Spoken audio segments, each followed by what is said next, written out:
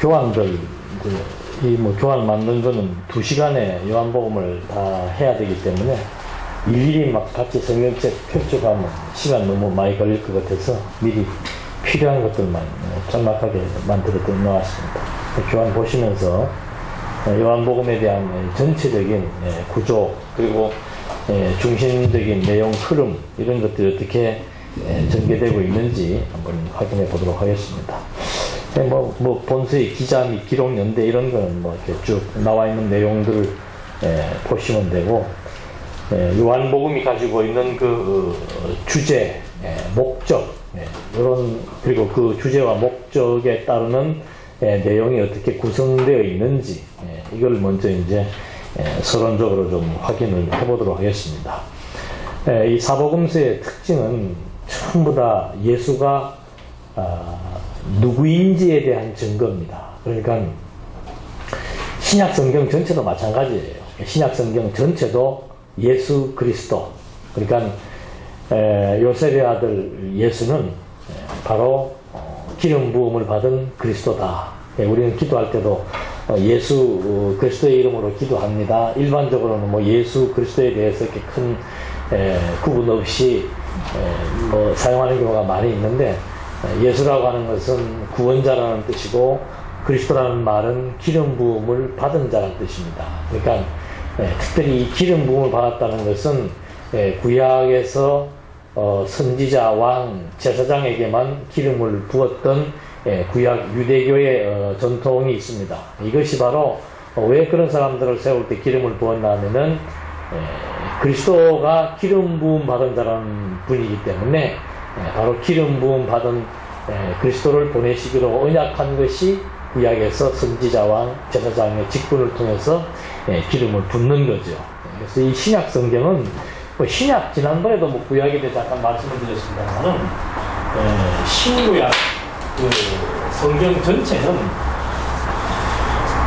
목적이 딱 하나입니다. 이 성경이 뭐 우리가 성경을 읽고 뭐 어떤 뭐 나하고 자꾸 어떤 뭐 내 어떤 마음의 위로를 받고 다 좋습니다. 내 마음의 위로를 받고 또 나에게 필요한 성경 구절 이런 것도 다 좋지만은 성경을 기록한 근본적인 목적은 하나밖에 없습니다.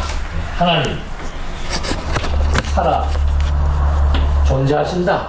그거 하나밖에 없습니다. 그러니까 하나님은 우리가 뭐 눈으로 볼 수도 없고 만질 수도 없고 하는 그런 존재이기 때문에 그 하나님의 존재를 우리가 확정을 해야 그분을 의지하고 또 그분을 뭐 경외하고 할 수가 있는데, 제일 중요한 것은 하나님이 보이지 않기 때문에 그분을 어떻게 믿을 것인가, 이게 관건이에요. 그래서 우리 뭐 보통 교회에서는 뭐 무조건 믿으라 그러는데, 보지도 못하고 듣지도 못하고 만지지도 못한 분을 믿는다는 그것은 엄밀하게 말하면은 그건 아주 정확한 기독교가 아니죠. 이 기독교는 사도 바울이 말했듯이 이방 종교, 타 기독교 이외의 종교들은 알지 못하는 신을 믿습니다. 알지 못하는 신이라고 하는 것이 뭔가, 그 신에 대한 존재를 내가 어떻게 인식하거나 어떻게 입증하거나 확인할 수 없는 그런 신이기 때문에 믿는다는 거죠. 근데 기독교는 뭔가 하면 알고 믿는 신입니다. 그래서 바울이 아테네에서 설교하면서도 당신들은 알지 못하는 신을 섬기지만 나는 내가 이제부터 신에 대해서 알게 해주겠다는 거죠. 기독교는 철저하게 하나님이 어떤 분이신 줄 알고 믿는 신앙입니다. 알고 믿게 하기 위해서 준 것이 구약 성경과 신약 성경이에요. 그래서 구약 성경은 뭔가, 어떻게 하나님을 알게 하는가? 하나님이 언약대로 이루시는 여호와라고 하는 것을 알게 해서 하나님의 존재를 확인시켜줍니다. 신약은 예수가 그리스도라고 하는 사실을 통해서 하나님의 존재를 알게 해주는 겁니다. 그래서 구약 성경은 그러면 어떻게, 왜 예수가 그리스도로 신약에 꼭 오셔야 되는가? 구약의 내용이 전부 그리스도 보내실 것을 언약한 거예요. 이건 이제 히브리 말로 메시아라고 그러는데, 메시아 또는 그리스도. 구약 성경 전체는 그리스도 보내시겠다고 언약한 내용입니다. 신약은 구약의 언약대로 예수가 그리스도로 오신 거죠. 그래서 메시아, 성취 또는 그리스도 성취라고 얘기를 하는 거예요. 중요한 것은 뭔가 이 예수가 오셔서 당신이 그리스도이심을 증거해 주는데 신약에서의 성취 방법이 두 가지라고 그랬습니다. 예수님 자신이 직접 증거해 주는 방법이 있고 그 다음에 성령을 보내어서 성령에 의해서 증거해 주는 방법이 있습니다. 그래서 마태, 마가, 누가, 요한은 예수께서 본인이 직접 내가 그리스도라고 하는 사실을 증거해 주는 것이고, 사도행전부터 요한계시록까지는 예수님이 승천하고 난 이후에 성령이 오셔서 성령께서 바로 이 예수가 그리스도라고 하는 사실을 그의 행적과 교훈과 또 앞으로 될 일에 대한 예언을 통해서 증거해 주는 거죠. 그러니까 요한복음에서도 예수님께서 내가 가면은 보혜사 성령을 보내주겠다. 그 성령이 하는 일이 뭔가? 나에 대한 모든 것을 아주 하나도 빠짐없이 가르칠 것이다. 그게 성령의 역사예요. 그러니까 성령의 역사라고 하는 것은 뭔가 뭐 신비주의자들처럼 막 떨고 뒹굴고 이게 아니고 성경에 그대로 나와 있습니다. 보혜사 성령이 하는 성령은 진리의 영이기 때문에 그 진리의 영을 오면 진리에 대해서 가르친다. 그러니까 예수님이 요한복음에서 내가 곧 길이요 진리요 생명이다. 그러니까 성령이 하는 진리의 영이 와가지고는 이 당신 자신이 직접적으로 증거했던 예수는 그리스도라고 하는 사실에 대한 내용을 성령이 하나하나 다 우리에게 교육을 하는 거지. 이렇게 해서 이제 설명을 해 나가는데, 오늘 할 것은 예수님 당신이 직접 그리스도의심을 증거했는데 보니까는 증거하는 그 내용들이 마태, 마가, 누가, 요한으로 나와 있습니다. 그래서 마태복음은 마태가 기록했는데 이 이제 주제들이 조금 다릅니다. 또 이 전개하는 방식도 조금 다르고요. 그래서 마태는 유대인들을 대상으로 하다 보니까 이제 직접적인 것은 유대인을 대상으로 했는데 그 내용적인 흐름으로 봤을 때는 마태, 마가, 누가, 요한 중에서 마태복음이 제일 앞에 나와야 되는 이유가 바로 뭔가 하면은 마태복음 1장 1절에 뭐라고 나와 있습니까? 아브라함과 다윗의 자손 예수 그리스도의 세계라. 이거 무슨 수학 공식 같죠? 예. 그러니까 마가복음 같은 경우는 하나님의 아들 복음의 시작이라. 하나님의 아들 예수 그리스도 복음의 시작이라. 누가복음은 이제 지금까지 이루어진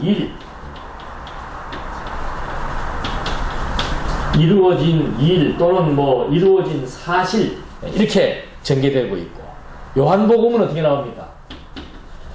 태초에 말씀이 계시니라. 다 달라요. 근데 이제 성경은 참 재밌는 게 항상 1장 1절은 이제 마태복음 사복음서는 막 1장 1절부터 바로 핵심 내용을 지금 설명해 주고 있고, 서신서들은 이제 1장 1절에서는 인사를 하고 2절로부터 한 3, 4절까지의 내용에서는 앞으로 밝히고자 하는 내용을 미리 딱 몇 마디의 명제를 통해서 다 이렇게 증거를 해주고 있죠. 여기도 보니까는 마태복음은 아브라함과 다윗의 자손 예수 그리스도의 세계를 밝히겠다. 그리스도라고 하는 말은 기름 부음을 받은 자라 그랬습니다. 그러니까 이 기름 부음 받은 자, 즉 그리스도 메시아가 오기로 약속이 되어 있는데 어디에 약속되어 있습니까? 구약에 약속되어 있는 거예요. 그럼 뭐 구약에서 아브라함은 이스라엘 민족의 조상이고 다윗은 1000년 뒤에 이스라엘의 초대 왕입니다. 그러니까 이 2000년 구약의 역사를 가지고 누구를 소개하겠다는 거예요? 예수가 그리스도라는 사실을 지금 소개하겠다는 거죠. 그러니까 이 신약과 구약의 연결고리가 이 마태복음 1장 1절이 정확하게 우리에게 설명해주고 있는 겁니다. 근데 만약에 마가복음이나 누가복음이나 요한복음이 맨 앞에 왔다면은 이 연결이 잘 안 될 수가 있다 이 말이죠. 그러니까 마태복음 1장 1절 딱 넘기면은 벌써 구약의 족보를 어떻게 합니까? 쫙 나열하는 거예요. 그러니까 구약은 이 족보라고 하는 것이 예수님 오시기 이전까지만 족보가 필요합니다. 그러니까 창세기 5장에서도 아담으로부터 시작해서 족보가 쭉 설명되고 있고, 그 다음에 창세기 11장에서는 노아의 후손들로 시작해서 아브라함 때까지의 족보를 또 쫙 설명을 해주고 있고, 그 다음에 역대상 9장 1절로, 역대상 1절로부터 9장까지는 아예 아담으로부터 이스라엘의 왕제의 족보를 쫙 설명해 주고 있습니다. 그러다가 마태복음 1장 1절에서는 다시 누구로부터? 아브라함으로부터 다윗에 이르는 이스라엘의 역대 중요한 사람들의 이 이름을 거론하면서 족보들을 쫙 나열하고 있는 거예요. 그러니까 이 아브라함과 다윗이라고 하는 말 자체는 구약 성경 전체를 지금 다 끌고 들어오는 겁니다. 그렇게 해서 이제 앞으로 지금으로부터 누구에 대해서 설명하겠다? 예수 그리스도에 대해서 설명하겠다 이 말입니다. 그러니까 신약의 마태복음 1장 1절로부터는 마지막까지 누구에 대해서 말을 하겠다? 예수 그리스도에 대해서 지금 말하겠다는 것을 지금 마태복음 1장 1절이 마지막 계시록 끝까지의 설명하고자 하는 핵심을 여기서 밝혀주고 있는 거예요. 뿐만 아니고 이 마태복음은 이제 예수가 그리스도라는 사실을 우리한테 증거해 주는데 뭘 중심으로 증거해 주는가 하면은 그가 가지고 있는 직임입니다. 그러니까 기름을 부었다는 것은 구약 성경에서 선지자, 왕, 제사장에게 기름을 부었다 그랬어요. 그런 것처럼 이 마태복음은 1장에서 4장까지는 이분의 정체성을 밝혀주는 겁니다.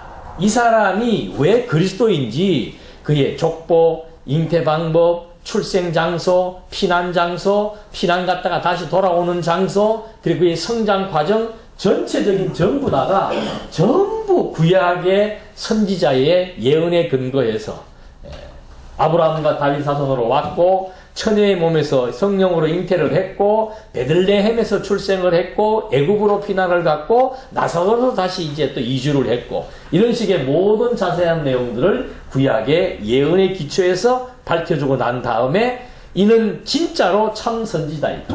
이는 정말 다윗 왕보다 우월한 정말 만왕의 왕이시다. 그리고 이는 구약의 제사장들이 백성들의 죄를 대신해서 하나님 앞에 제물을 들고 나아가서 백성들의 죄를 용서했다면은 예수는 당신이 직접 제물이 되고 제사장이 되어서 하나님 앞에 온전한 제사를 드리실 진정한 제사장이다. 이런 것들을 밝혀주는 것이 마태복음의 내용이에요.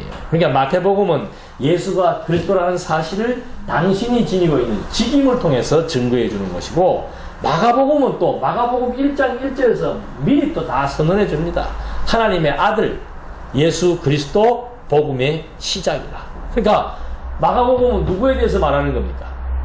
마태복음은 기름 부음을 받은 그리스도에 대해서 설명한다면은 마가복음은 누구예요? 하나님의 아들에 대해서 말하는 겁니다. 그걸 우리는 이제 신학적인 용어로 전문 용어로 신분이라고 말하는 거예요. 이 사람의 신분이 뭐냐? 마태복음은 이 사람이 도대체 무슨 직분을 가지고 있냐? 그 얘기고 마가복음은 이 사람의 신분이 뭐냐? 이 사람 신분이 누구다? 하나님의 아들이다. 그거 어떻게 알 수 있는가? 구약 성경에 하나님의 아들을 보내겠다고 했고 그 아들이 완전히 배척받고 버림받고 죽으시고 다시 이제 부활 승천하심으로 영광을 취하신다. 당신의 신분상의 변화가 아주 극적으로 전개된다고 구약에서 언약을 했는데 그대로 지금 그걸 보여주는 거예요. 그래서 당신의 신분을 통해서 내가 누구이다? 마태복음 이 사복음서가 전체적으로 증거하려고 하는 것은 예수님이 나중에 제자들에게 묻는 얘기가 나옵니다. 너희들은 나를 누구라 그러느냐? 그때 뭐라고 얘기합니까? 주는 누구예요? 그리스도시요. 그 다음에 하나님의 아들입니다. 이게 사복음서가 증거하려고 하는 아주 가장 중요한 요체입니다. 뭐 신약 성경, 그러니까 성경 읽고 딴소리 하는 거는 대한민국에서 아무리 많은 교인을 데리고 있더라도 그건 전부 거짓말이에요. 잘못된 얘기입니다. 성경은 읽으면은 전부 마지막 결론은 그러므로 예수는 그리스도이십니다. 예수를 그리스도로 보내시겠다고 약속하신 하나님은 예수가 그리스도로 오셨기 때문에 하나님은 살아 존재하십니다. 이것이 성경 강론의 마지막 최종적인 결론입니다. 창세기를 하든 시편을 하든 마태복음을 하든 계시록을 하든 성경 어느 부분을 하든지 간에 마지막 결론은 뭔가? 그러므로 예수는 그리스도이시고 하나님은 여호와로 존재하신다. 이걸 지금 설명하기 위해서 이런 과정을 지금 하나하나 구약에서 언약한 대로 예수님께서 하나하나 성취해 주는 거예요. 그 다음 누가복음은 뭔가? 지금까지 이루어진 일, 이 일은 다른 말로 하면 사역이에요. 그러니까 이 사역이 무슨 일인가? 하나님의 아들이 와가지고 하나님의 나라를 세우시는데 당신의 구속 사역을 통해서 그 하나님의 나라를 세운다라고 하는 사역을 통해서 예수가 그리스도이심을 증거하는 거고, 마지막 내용은 바로 뭔가 이제 오늘 공부할 내용입니다. 태초에 뭐가 있은 거예요? 예, 이 요한복음은 어려운 내용이에요. 예, 태초에 말씀이 있었다 하면서 뭘 증거하려고 하는가 하면은, 지금 이게 신이, 예수는 누구인가? 신이 인간의 몸을 입고 어디로 온 겁니까? 이 땅으로 온 거예요. 왜 왔는가? 신의 존재는 우리가 직접 이 눈으로 보거나 만질 수 없기 때문에 신의 존재를 우리한테 확인시켜 주기 위해서 당신이 누구를 보내겠다는 겁니까?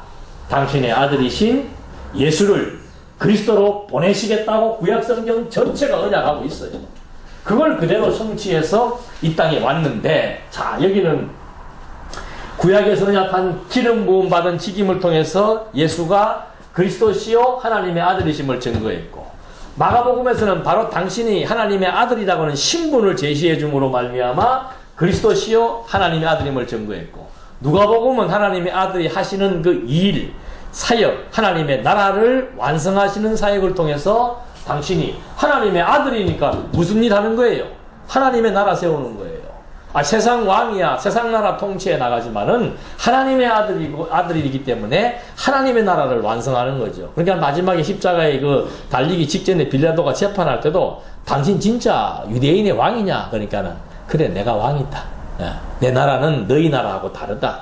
너희야 이놈아, 세상 나라나 다스려 나가지만 내 나라는 바로 영원하신 하나님의 나라를 가리킨다 라고 이제 우회적으로 증거한 내용이 있습니다만은, 그 하나님의 나라를 지금 하나님의 아들이 증거하니까 진짜로 당신은 그리스도이시요 하나님의 아들임을 증거했고, 이제 이 요한복음은 뭔가?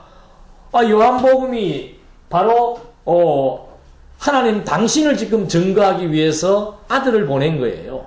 아들을 보냈는데 요한복음은 그 아들의 본성이 무엇인지를 지금 증거하는 겁니다. 아들의 본성, 여기는 아들의 신분, 여기는 아들이 하는 일, 여기는 기름 부음 받은 자가 했던 일, 마지막 요한복음은 도대체 그 아들, 하나님이 보내시겠다고 했던 그 아들의 본성이 뭐냐, 그걸 증거하려고 하기 때문에 요한복음은 완전히 어디로부터 출발을 하는가 하면은 여기로부터 출발을 하는 거예요.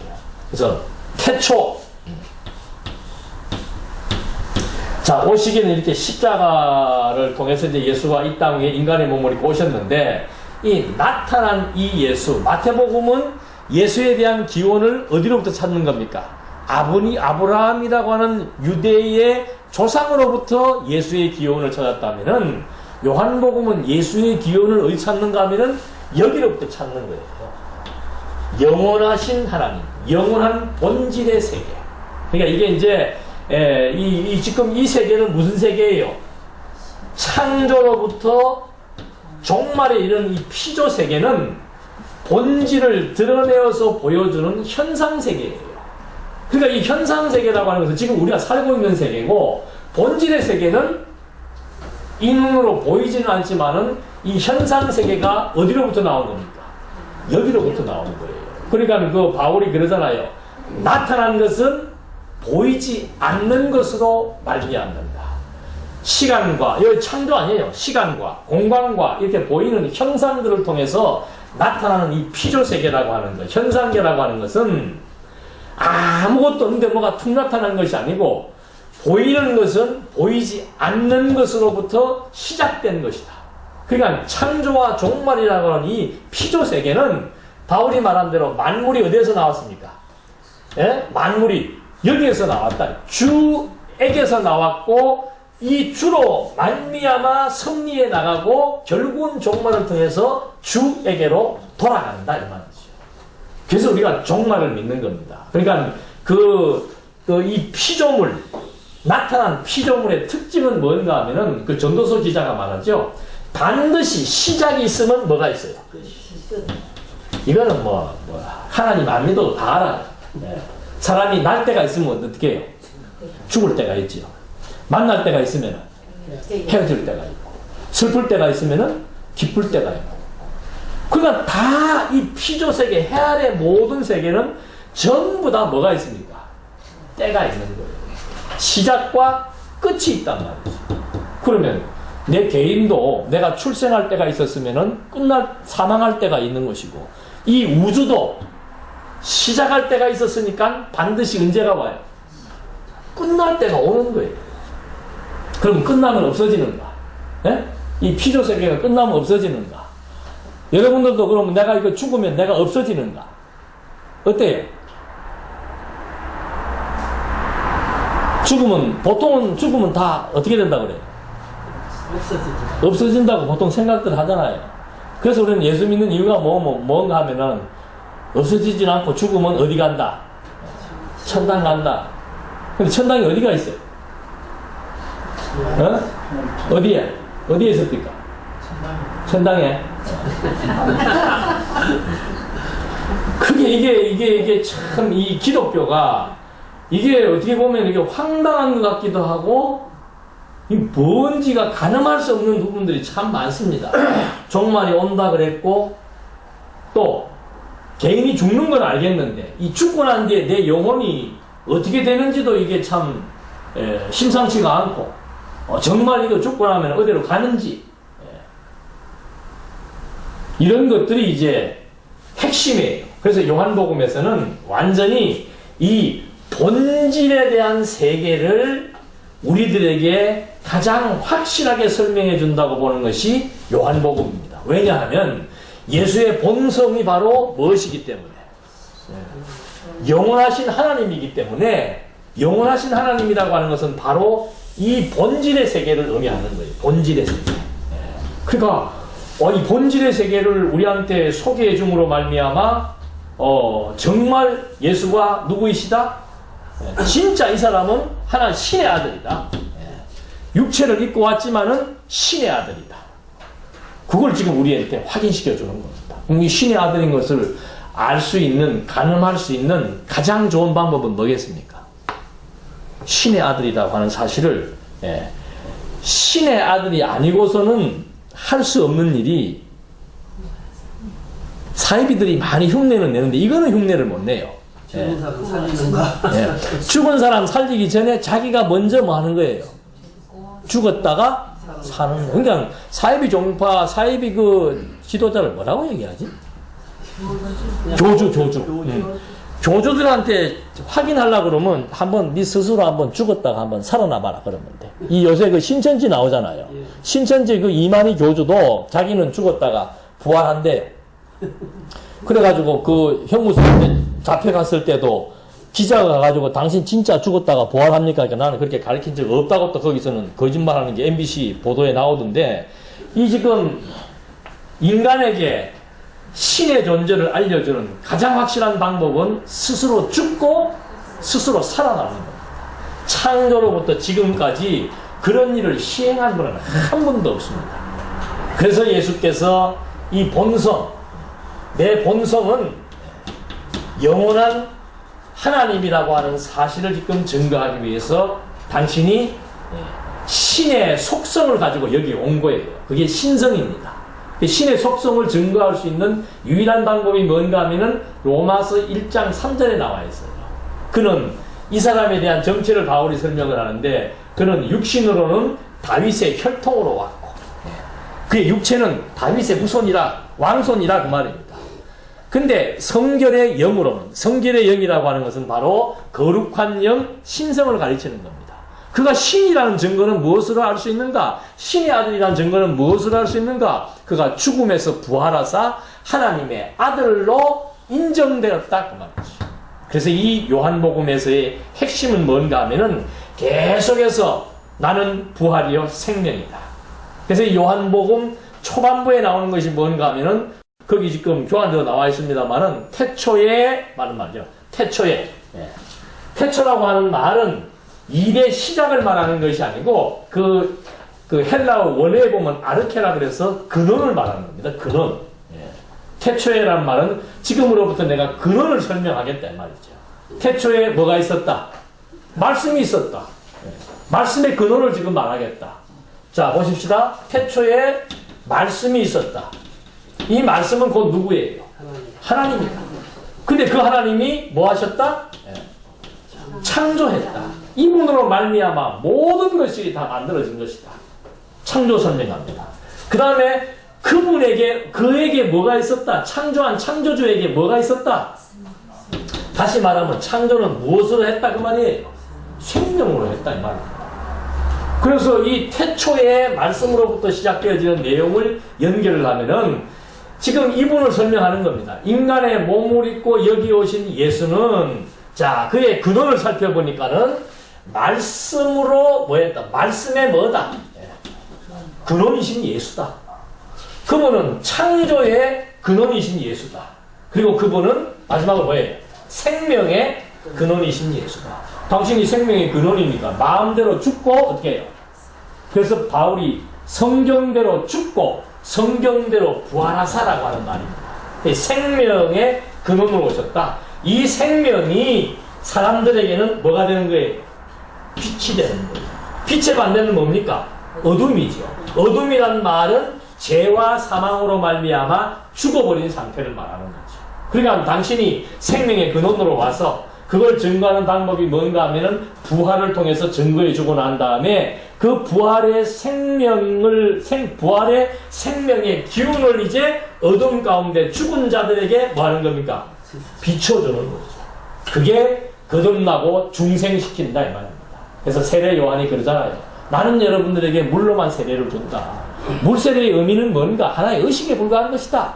내가 이게 물세례 주는 것은 진짜 세례를 줄 사람이 내 뒤에 오는데 내 뒤에 6개월 뒤에 올 그 사람의 진짜 사역을 나는 설명하고 증거하고 가르치기 위해서 하는 그림자에 불과한 것이다. 그러면서 나는 여러분에게 물로 세례를 주지만 내 뒤에 오시는 분은 몇 날이 못 돼서 내 뒤에 오시는 분은 뭐로 세례를 준다 그랬습니까? 네? 불과 성령으로. 이 말도 또 이대로 직역을 해서 불로 세례준다 그러니까는 불로 이게 지금 불세례인 줄 알고 또 성령 세례는 뭐예요 그러면? 성령 세례는 성령 세례 받았어요 안 받았어요? 받았습니다. 어떻게 받았어요? 하나님 믿고 네. 십자가 믿는 것. 불이라고 하는 것은 태우는 겁니다. 죽음을 의미하는 거죠. 그러니까 내 뒤에 오실 분은 불과 성령으로 세례를 베푼다는 말은 죽고 성령은 뭐 하는 거예요? 살리는 거예요. 성령은 살리는 겁니다. 그러니까 예수님이 니고데모에게 사람이 거듭나지 않으면 뭐 한다? 하나님 나라 못 본다. 예. 거듭나지 않으면 이 세계를 볼 수 있다. 못 본다. 못 본다는 거예요. 그래서 당신이 와서 하나님이 세상을 이처럼 사랑하사 독생자를 두셨으니 이는 저를 믿는 자마다 멸망치 않고 무엇을 얻게? 영생을 얻게 한다. 영원한 생명을 지금 얻게 하기 위해서 이분이 와서 죽으시고 부활하사 당신이 누구라는 것? 생명의 근원이라는 사실을 증거해 주어서 자기 백성들에게 당신을 믿게 해서 거듭나고 중생한 새 생명을 주게 한다는 역사를 이제 하나하나 증거해 주는 것이 요한복음의 내용이라는 거죠. 그래서 요한복음 1장 1절로부터 3절까지는 요한복음 전체를 지금 설명해 나가는 키워드를 초장에서 지금 밝혀주고 있는 겁니다. 그래서 본성에 의한 성취인데 여기는 직임에 의한 신분에 의한 사역에 의한 것이라면 요한복음은 본성에 의한 성취인데 그 본성이라고 하는 것은 영원한 하나님의 성품을 말하는 겁니다. 영원한 하나님의 성품은 말 그대로 영원성이에요. 영원 자존하시는 분입니다. 그걸 지금 당신이 구약의 언약대로 성취해 나가시는데 성취하기 위한 가장 좋은 방법은 뭔가? 당신이 하나님의 아들이라고 하는 그 속성을 보여준다. 무엇을 통해서 보여주는가? 가장 확실한 이 부활 사건을 통해서 설명해 주는 겁니다. 그래서 당신이 여기에서 말씀의 근원, 창조의 근원, 창조라고 하는 것은 이게 창조예요. 이 근원은 이겁니다. 모든 것의 근원은 전부 영원하신 하나님을 가리키는 거예요. 그래서 이 영원하신 하나님 그리고 이 영원한 세계 이 세계에 대한 설명을 이제 예수님께서 해주심으로 말미암아 진짜 우리도 죽으면 또 내가 지금 사는 것은 내가 사는 것이 아니고 내 속에 누가 산다 그래요?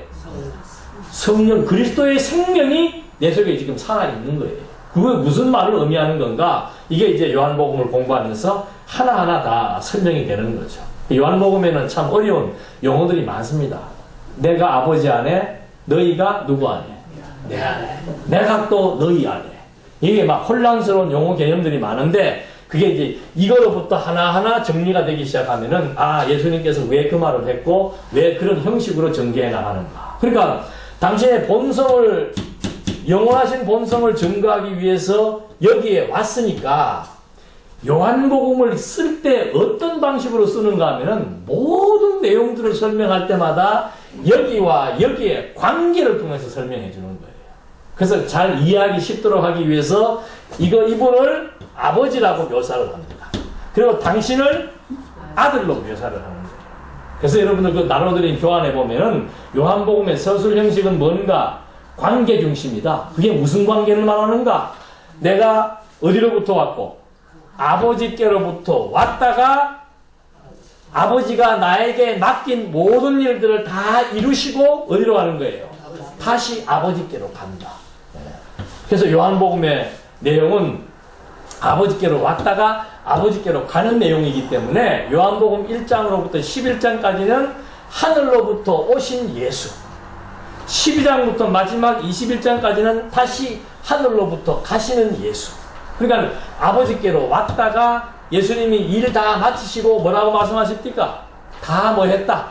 이루었다는 것이요. 여기에서 약속한 모든 내용을 하늘로부터 오신 예수께서 다 이루시고 이제 죽으시고 부활하신 다음에 부활에 대한 증거들을 다 해주시면서 마지막에 이제 승천하는 것이 사도행전 1장 11장까지 있는 겁니다. 그래서 요한복음 이 부분을 공부할 때는 요한복음에는 승천 장면이 없어요.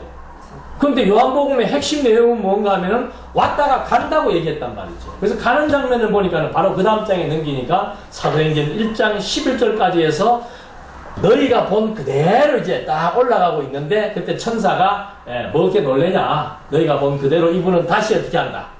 예? 다시 그대로 온다. 요 기간 동안 뭐 하게 하시려고. 내가 너희와 세상 끝날까지 함께하기 위해서 누구를 보낸다? 성령을 보낸다. 그래서 이 요한복음의 내용은 간단합니다. 내용 구조는 아버지께로부터 왔다가 아버지께로 가는 거. 천례에 의한 예수, 천례의 예? 예, 천례의 성취에 의한 예수지요? 맞나요? 예. 천례의 우리가 이 암기력이 약해가지고 천례의 신성에 의한 성취. 천례의 신성에. 그러니까 하늘로부터 오신 신의 속성을 가지고 성취해 주어서 내가 하나님의 아들 그리스도이심을 증거해 주는 것이고, 그 다음에 가시기까지의 모든 내용과 그 다음에 가시면서 이제 결국 내가 어디로 가는가? 여기로부터 왔다가 여기로 도로 간다. 여기가 바로 이 본질의 세계. 하나님의 본성을 증거해주는 본질의 세계. 그러니까, 이 세계를 이제 여기에서 이렇게 설명해 주는 거죠. 그러니까 예수님께서 우리에게 보여주신 모든 것이 결국 우리에게도 우리는 그의 지체잖아요. 우리도 똑같이 육신의 생명을 다해서 이거 벗어버리면은 어떻게 되는 거예요? 이 본질의 세계에 있는 거죠. 지금도 사실은 어디에 살고 있습니까? 요 안에 살고 있잖아요. 요한이 뭐예요? 요한이. 이것이 영원한 하나님의 나라예요. 지금 우리가 죽고 난 뒤에 천국을 간다고 생각을 하는데 죽고 난 뒤에 가는 게 아니고 지금도 우리는 어디 안에 살고 있습니까? 영원한 나라 안에 살고 있다. 천국 생활을 근데 이제 육신을 입고 있으니까 이것이 천국 생활을 할 때도 있고 지옥 생활을 할 때도 있는 거예요. 육신에 매이면은 지옥 생활하는 것이고, 성령의 소에게 매이면은 그것이 천국을 누리는 거죠. 그래서 바울이 하나님의 나라는 의와 희락과 평강이다. 천국 생활이라는 것이 바로 뭔가 하나님의 뜻을 추구해 나가면서 마음의 기쁨과 평강을 누리면은 그 사람은 육신을 입고 여기에 살아도 천국 생활을 하는 것이고, 이제 진짜 오리지널 천국 생활은 뭔가 이걸 벗어버리고 어떻게 해요? 이 세계에 매여 있지 않고 시간과 공간과 형상의 세계에 매이는 것이 아니고 이걸 벗었기 때문에 이 본질의 세계에 지금 그대로 이제 하나가 되어져서 산다는 거죠. 그러니까 이 세계에 살려면 이 세계에 필요한 옷이 있단 말입니다. 그 옷을 미리 보여준 것이 부활의 몸이에요. 그래서 나중에 바울이 고린도전서 15장에 가서는 이제 부활을 자세하게 설명을 해줍니다. 썩을 것으로 심고 어떻게 해요? 이 세계에 사는 옷은 썩는 옷이에요. 여기서 입는 옷은 썩지 않는 옷이에요. 그러니까 썩을 것으로 다 심어버리고 썩지 아니할 것으로 다시 뭐 하는 거예요? 살고. 욕된 것이라고 하는 것은 치욕스러운 거 또는 질병 이런 약한 겁니다. 그런 것으로 인해서 여기에서 살다가 욕되고 약한 것 다 벗어버리고 어떻게 해요? 영광스럽고 강한 것으로 다시 사는 거예요. 그러니까 나라고 하는 것은 계속 사는데 여기 사는 요 지역에 살 때만 입는 옷은 이 옷이고 요 시간이 끝나고 나면 요 벗어버리고 여기에 필요한 옷을 입고 사는 거예요. 그래서 이제 이 세계에 대한 설명을 예수께서 여기로부터 와서 태초에 말씀이 계신데 이 말씀은 하나님과 함께 있었다 이 말입니다. 모든 것의 본질이신 그리스도께서 이 세계의 모든 내용들을 이제 여기에 와서 하나하나 설명해 주는 것이 요한복음의 내용이다. 그래서 여러분들이 나눠드린 교환해 보면은 그게 있습니다. 요한복음의 4번 요한복음의 특성에서 보면은 이 요한복음은 사도행전과 이렇게 구조적으로 연관되어 있는 것을 조금 전에 말씀을 드렸고, 두 번째 이 서술 형식이 아까도 말씀드린 대로 계속해서 유기적인 관계를 중시하고 있다. 그래서 이 1장으로부터 마지막 21장까지 보면은 뭐 그런 부분이 많은데 중요한 것만 한두 개 뽑아놓은 거예요. 처음 1장 18절부터 지금 계속 뭐하는 게 하나님과 함께 계신다. 그리고 아버지 품속에 독생하신 누가?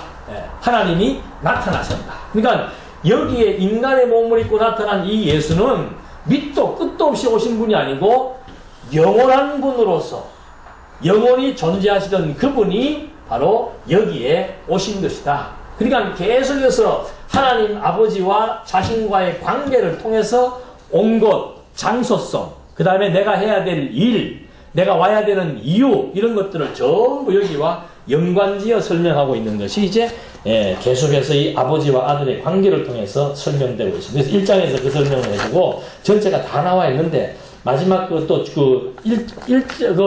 요 단원이 끝나는 11장에서 보면은 죽은 나사로를 살려놓고 하는 말이 뭔가 하면은 아버지께서 나를 보내신 것은 아버지께서 나를 보내신 것을 그들로 믿게 하려 함이니라. 나사로 살릴 이유가 바로 뭔가 하면은 내가 여기에 왜 왔냐 이 말입니다. 아버지께서 나를 보냈다는 거죠. 그걸 지금 여러분들에게 믿게 하려고. 그러니까 아버지는 안 보이고 이분이 하나님인데 당신이 진짜 하나님이 보냈는지 안 보냈는지 우리가 알 수가 없잖아요. 그러니까 그걸 보여주는 가장 극명한 방법이 뭡니까? 죽은 나사로 살려내버린 거예요. 그걸 보여주는 것은 이 일을 내가 너에게 행한 이유는 뭔가 하면은 아버지께서 나를 보냈다. 내가 누구다? 신의 아들이다. 하나님의 아들이다. 그걸 지금 이제 증거하는 것이 11장에 나오고, 그 다음에 이제 예수님께서 14장은 이제 11장까지에서는 아버지께로 오신 예수의 행적을 설명했잖아요. 12장부터는 이제 가실 준비를 하는 거예요.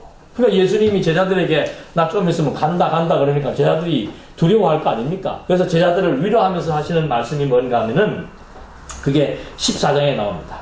내가 아버지 안에 너희가 내 안에 내가 너희 안에 있는 것을 너희가 알리라. 이게 무슨 말인가? 네? 예수께서 내가 누구 안에? 아버지 안에. 그 다음에 그 제자들 보고 하는 문제. 너희는 누구 안에? 내 안에. 내가 너희 안에, 너희는 내 안에. 나는 누구로부터? 아버지로부터. 그러니까 이 말은 다른 말로 하면 뭐예요? 지금 내가 잠깐 여기 있다가 가는데 사실은 안 보인다라고 해서 없는 것이 아니고 이런 관계를 지금 우리가 형성하고 있다 이 말입니다. 그런데 중요한 것은 뭔가 14장에서 무슨 얘기를 하는가 하면은 내가 간다. 내가 가야 너희들에게 아주 요긴한 분이 오신다. 그게 누굽니까? 그게 성령이에요. 성령이 왜 요긴한 분인가? 이 성령이 오셔가지고 바로 하나님 그리스도의 관계 그리고 제자들과 그리스도와 하나님의 관계를 성령께서 하나하나 가르치고 깨닫고 생각나게 해준다 이 말입니다. 그리고 이렇게 묶여져 있는 유기적 관계를 누가 지금 계속 끌고 나가는가? 성령께서 이 관계를 유지하신다 그 말이죠. 그러니까 예수님이 마태복음에서 승천하시기 전에 제자들에게 하시는 말씀이 뭔가 하면은 너희들 걱정하지 마라. 내가 세상 끝날까지 너희와 뭐 하겠다? 항상 함께 하겠다. 그 어떤 방식으로 항상 함께 하는가? 성령을 보내가지고, 그러니까 누가복음에 구체적으로 나오잖아요. 예루살렘 떠나지 마라. 며느리 못 되면 내가 성령을 보내주겠다. 그리고 요한복음에서는 그 성령이 하는 일이 뭔가? 그게 바로 예수 그리스도에 관한 모든 것을 가르친다고 얘기합니다. 그러니까 성령은 자기 마음대로 하는 것이 아니고 그리스도에 대해서 관한 것, 또 그리스도로부터 배웠던 것, 그거 하려면 성령이 지금 이거 전부 다 해석해 주는 거죠. 그래서 성령이 와서 지금 나와 너희의 관계, 나와 하나님의 관계가 바로 이런 관계라고 하는 사실을 증거해 주고, 그 다음에 15장에도 그렇고 쭉 계속해서 이제 그런 말이 나오다가 20장에 가서 예수께서 부활하시고 제자들을 권고하시면서 또 20장이죠. 너는 내 형제들에게 가서 이르되 내가 내 아버지 곧 너희 아버지 내 하나님 곧 너희 하나님께로 올라간다 해라. 그러니까 똑같은 말이에요. 예수님의 아버지 곧 누구의 아버지? 너희의 아버지. 내 예수님의 하나님 곧 누구의 하나님? 너희의 하나님. 그러니까 재밌는 것은 아까 제가 잠깐 말씀드렸습니다만 얘기해서 할 때 예수님이 오실 때까지는 계속 아버지가 아들을 낳고 그 아들이 또 아들을 낳고 혈육적인 족보가 형성이 되어 있습니다. 그래갖고 아브라함, 아담 때부터 시작해서 마지막 예수님 오실 때까지의 족보가 구약에서 쫙 다 연결이 되어 있고 그걸 총정리해 주는 것이 역대기 상 1장에서 9장까지. 그 다음에 그걸 다 다시 한번 받아갖고 예수의 족보를 한 번 더 정리해 주는 것이 마태복음 1장이에요. 그래서 여기까지의 구약적 관계는 뭔가 하면은 아버지가 아들 놓고 아버지가 아들 놓고 아버지가 아들 놓고 계속해서 아버지와 아들이 여러분의 아버지하고 제 아버지하고 같아요, 틀려요? 구약적 관점에서는 달라요. 김씨가 있고 이씨가 있고 박씨가 있어요. 근데 예수님이 오고 난 이후로부터는 족보가 나옵니까 안 나옵니까? 한 군데도 안 나와요. 그리고 이때부터는 이제 달라집니다. 여러분의 아버지하고 내 아버지하고 같아요, 틀려요? 같습니다. 왜 같아요? 왜 같아요? 그리스도 한 분의 뭘 받은 거예요? 생명을 받은 거예요. 이걸 이제 신약에서는 새 생명이라고 한단 말이에요. 그리스도가 죽음에서 부활해가지고는 자, 내가 생명의 근원인 줄 알았지? 하면서 이제는 독생자를 보냈는데 이는 저를 믿는 자마다 뭘 주겠다? 영생할 수 있는 새 생명을 주신다 이 말입니다. 그러니까 우리는 다 똑같이 누구의 생명을 받은 거예요? 그리스도의 생명을 받는. 이제는 혈육적 관계가 아니에요. 교회란 뭔가? 표면적으로는 혈육이 다르지만 근본적으로는 한 피바다 뭐예요? 한 생명을 이룬. 그러니까 예수님이 그 말 하는 거예요. 내 아버지가 누구 아버지다? 너희 아버지고. 내 하나님이 누구 하나님이다? 너희 하나님이다. 이것이 교회라 말입니다. 더 교회 오면 직업이 다르고 뭐 지역이 다르고 뭐 이거 아무개 집 아들이고 뭐 아무개 이거는 표면적인 얘기를 하는 것이고 근본적으로는 한 몸이란 말의 의미가 뭔가 말로만 그런 게 아니에요. 지금 여러분도 그리스도를 믿음으로 말미암아 거듭나고 중생에서 새 생명 받았잖아요. 저도 마찬가지고. 그래서 이 신령한 생명의 의미로 봤을 때는 이런 맥락에서 우리는 한 피바다, 한 생명, 한 지체를 이룬 그리스도의 몸이고 몸은 혈육이지요. 그러니까 AB형이라고 하는 육신적인 혈육을 말하는 것이 아니고 신령한 그리스도의 생명을 직접적으로 바른 그리스도의 피로 의해서 거듭나고 중생한 한 생명, 한 지체, 그리스도의 몸이라고 지금 말해주고 있다는 거예요. 이 원리를 모르면 그 이해가 안 가죠. 예수님의 피 받았어요? 그게 다른 말로 하면 구원파에서 그 맨날 묻잖아요. 구원 받았습니까? 구원 받았습니까? 아, 구원을 뭐 내가 받겠다고 받나? 우리가 태어날 때 내가 아버지는 어떤 사람, 키가 얼마고 직업이 뭐고 어머니는 뭐 어떻고 내가 선택해서 나옵니까? 부모는 자식이 선택하는 것이 아니고 부모가 자식을 뭐 하는 거예요? 낳는 거예요. 지금 그리스도의 백성이 되었다. 그 하나님의 자녀가 되었다. 이 말의 의미는 뭔가? 하나님의 선택에 의해서 하나님이 그냥 우리에게 자기의 생명을 주어서 한 생명으로 만들어 놓은 거죠. 그래서 이게 바로 교회의 비밀입니다.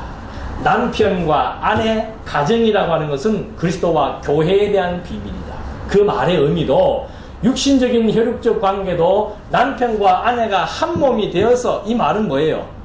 남편과 아내의 유전자를 통해서 뭐가 나타나는 겁니까? 생명이 나타나는 거예요. 똑같아요. 남자와 여자의 이 유전자가 정자, 난자가 결합을 하니까 여기서 뭐가 태어나죠? 생명체가 태어납니다. 육신적인 생명체가 이렇게 태어나는 거예요. 이게 그리스도와 교회에 관한 비밀이다 이 말입니다. 그래서 그리스도는 신랑이고 교회는 뭐예요? 신부예요. 이런 관계 속에서 맺어진 것이 바로 뭔가? 그리스도의 새 생명을 부여받은 거듭나고 중생한 성도라고 하는 말을 붙이는 겁니다. 그래서 이런 맥락에서 우리가 하나님을, 예수님이 아버지를 부르듯이 우리가 똑같이 하나님을 뭐로 불러요? 그 로마서에 우리는 아버지하고 부를 수 있다. 아버지라고 부를 수 있다. 왜? 그리스도로부터 뭘 받았기 때문에? 생명을 받았기 때문에. 그리스도는 또 누구로부터? 하나님으로부터 생명을 갖고 이 땅에 와서 그 생명의 근원을 지금 당신이 생명의 근원이니까 그 생명을 지금 당신의 지체들에게, 죽은 지체들에게 다시 살리는 역사를 일으키는 거죠. 그것이 거듭나야 된다는 말을 의미하는 겁니다. 이렇게 해서 모든 것들이 아버지와 그리스도와 성도의 관계가 하나의 관계라고 하는 것이고, 당신 자신을 소개할 때 이 본질로부터 당신을 증거하고 있다는 겁니다. 그 다음에 나오는 것은 이제 또 재밌게 계속해서 1장으로부터 마지막 장까지 생명을 중심으로 한 내용이 구성되어 있다는 하는 거죠. 이것은 흐르는 그 중심 개념을 말하는 겁니다. 구조는 여기에 나와 있는 대로 아버지께로부터 오신 예수, 아버지께로 가시는 예수에 의한 구조가 있고, 이 중심에 흐르는 맥은 바로 뭔가 하면 이것이 생명을 중심으로 전개되고 있다는 거죠. 그러니까 요한복음 1장에서도 뭐 여기 나와 있는 대로 뭐 밝힙니까? 당신 안에 뭐가 있었다? 그분 안에 생명이 있었다. 바로 말씀이 육신이 되어 오신 그분이 바로 생명의 근원이다. 그 다음에 2장에서 무슨 얘기해요? 예수님께서 성전을 뭐 해라? 헐어버리라. 성전 헐면은 내가 3일 뒤에 다시 짓겠다. 그 말이 무슨 뜻이라고 그랬습니까? 건물 성전 헐어버리고 무슨 성전 짓겠다? 당신의 씨로 거듭나고 중생시키는 생명 성전을 짓겠다 이 말이에요. 새 생명의 성전을 짓겠다 그 말이죠.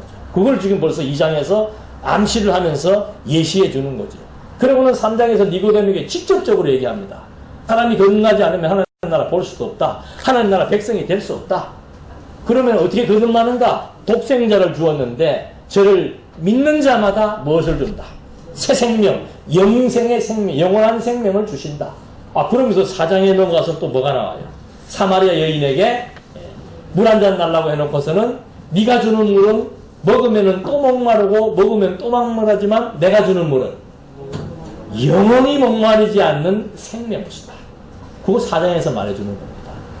그리고 5장에서는 이제 38년 된 병자를 고치면서 선한 일을 행한 자는 생명부활로, 악한 일을 행한 자는 멸망으로 하면서 생명과 사망에 대한 얘기를 지금 해주고 있고, 6장에 가서는 뭐에게 유명한 건 뭐예요? 오병이어의 표적.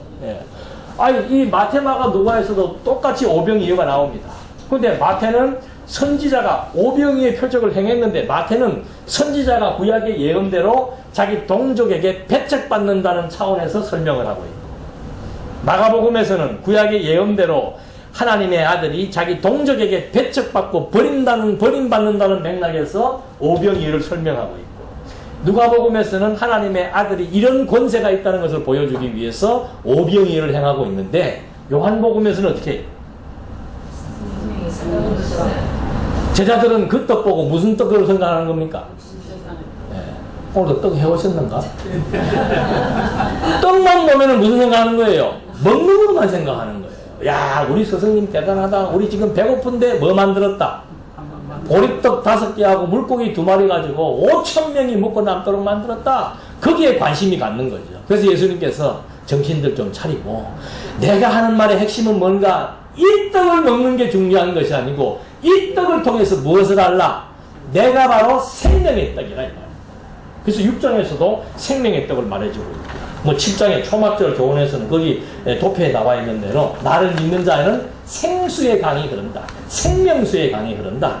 그리고 8장에서는 또 성전에서 교훈을 하면서 사람이 내 말을 지키면 영원히 죽음을 보지 아니하리라. 맹인을 치료하고 난 다음에 내가 세상에 있는 동안에는 세상의 빛이다 라고 말해주고 또 10장의 선한 목자의 비유에서는 내가 그들에게 영생을 준다 하면서 나와 아버지는 하나인 이유가 바로 뭔가 하면서 내가 내 양들에게는 내가 영생을 준다. 그리고는 또 11장이 클라이막스예요. 죽은 나사로를 살려놓고 하시는 말씀이 뭐예요? 나는 부활이요 생명이요. 그러니까 죽은 나사로 살리는 것은 당신이 곧 나사로처럼 나도 조금 있다가 어떻게 하겠다? 죽었다가 살아난다. 그걸 미리 지금 설명해 주는 거예요. 죽은 자 살려놓고 와서 나는 누구다? 내가 바로 부활이요 생명이다. 나를 믿는 자는 나사로처럼 죽어서 믿는 자는 나사로처럼 살 것이고 살다가 믿는 자는 영원히 살 것이다. 그러니까 그 말은 뭐예요? 육신적으로 죽지만 영원히 산다라고 하는 말. 살아서 믿는 자는 살아서 믿게 되는 거듭나고 중생한 생명이 영원한 생명을 의미한다라고 하는 거. 그러면 이게 무슨 단순히 당신이 뭐 대단한 능력 있는 것 그것 자체를 보여주기 위한 것이 아니고 당신이 바로 누구이다. 부활이요 생명으로서 생명의 근원으로 오신 하나님의 아들로 인정되는 진정한 신성을 가지고 있는 바로 모든 것의 근본이 되는 영원하신 하나님 로고스라고 하는 사실을 지금 여기서 확인해주고 있는 겁니다. 이렇게 쭉 뭐 이제 이거 한번 집에 가서 한번 이 교환에 비교하면서 한번 성경을 한번 보시면 돼요. 그러면서 20장에 넘어가니까 부활 이후에요. 20장에 넘어가니까는 오직 이것을 기록하면 참 사도 요한이 그 쓴 글이 뭔가 하면 요한복음 그 다음에 요한 1, 2, 3서 그리고 또 뭐가 있어요? 요한계시록이 있습니다. 근데 사도 요한이 요한복음과 요한계시록에서는 이 글에 대한 아주 그 중요한 의미를 밝혀주고 있습니다. 그래서 요한복음에서는 20장 31절인가 거기에 보면 오직 이것을 기록하면 하나님의 아들 그리스도이심을 믿게 하려 합니다. 너희들에게 하나님의 아들이 바로 내가 지금 하나님의 아들이잖아. 독생자인 내가 바로 그리스도이심을 믿게 하기 위한 것이고 그뿐만이 아니고 그 이름을 힘입어 무엇을 얻게 하려 한다? 생명을 얻게 하려 한다. 그러니까 지금 이 요한복음은 하나님과 함께 계셨다가 인간의 몸을 입고 이 땅에 오신 예수가 바로 생명의 근원이다. 어떻게 할 수 있는가? 당신이 죽음에서 부활하심으로 말미암아 생명의 근원이라는 사실을 증거해 주고는 이제 보이는 형태를 갖고 올라가서 안 보이지만 다시 성령을 보내가지고 이 놀라운 사실들을 성령께서 지금도 끊임없이 성경을 통해서 우리에게 역사하고 있다는 거예요. 그래서 기독교는 너무도 정확하고 명확한 논리로 이제 전개되고 있는데 요한복음 21장에서도 이제 마지막 장이죠. 마지막 장 마지막 절에 하는 말이 예수께서 행하신 일이 이외에도 많지만은 이 정도면은 예수가 바로 하나님이라고 하는 사실을 너무도 확고하게 입증할 수 있기 때문에 더 이상의 이제 말이 필요 없다. 이것으로 충분하니까 이 요한복음까지의 내용만 가지고도 주는 그리스도시요 살아계신 하나님의 아들이심을 확고하게 입증할 수 있고 확증할 수 있으니까 여기에다가 마지막 계시록 가서는 그러죠. 계시록까지 다 마지막 쓰고 나서는 이제 여기 이 책에다가 뭐 하지 마라. 가감하지 마라. 점 하나라도 더하거나 점 하나라도 빼는 자는 저주를 받을지어다 하면서 이 신약 계시가 하나님의 영원하신 하나님을 우리에게 확증시키는 데 있어서 정확무오한 한 점의 흐트림도 없는 계시로서의 완벽한 말씀이라고 하는 사실을 마지막에서도 마무리 지어주고 있는데 이제 그 중에서 이렇게 오늘 요한복음 하나를 통해서 개괄적으로 좀 살펴보도록 하겠습니다. 좀 쉬었다가 이제 본문 내용을 하나하나 점검해 보시겠습니다.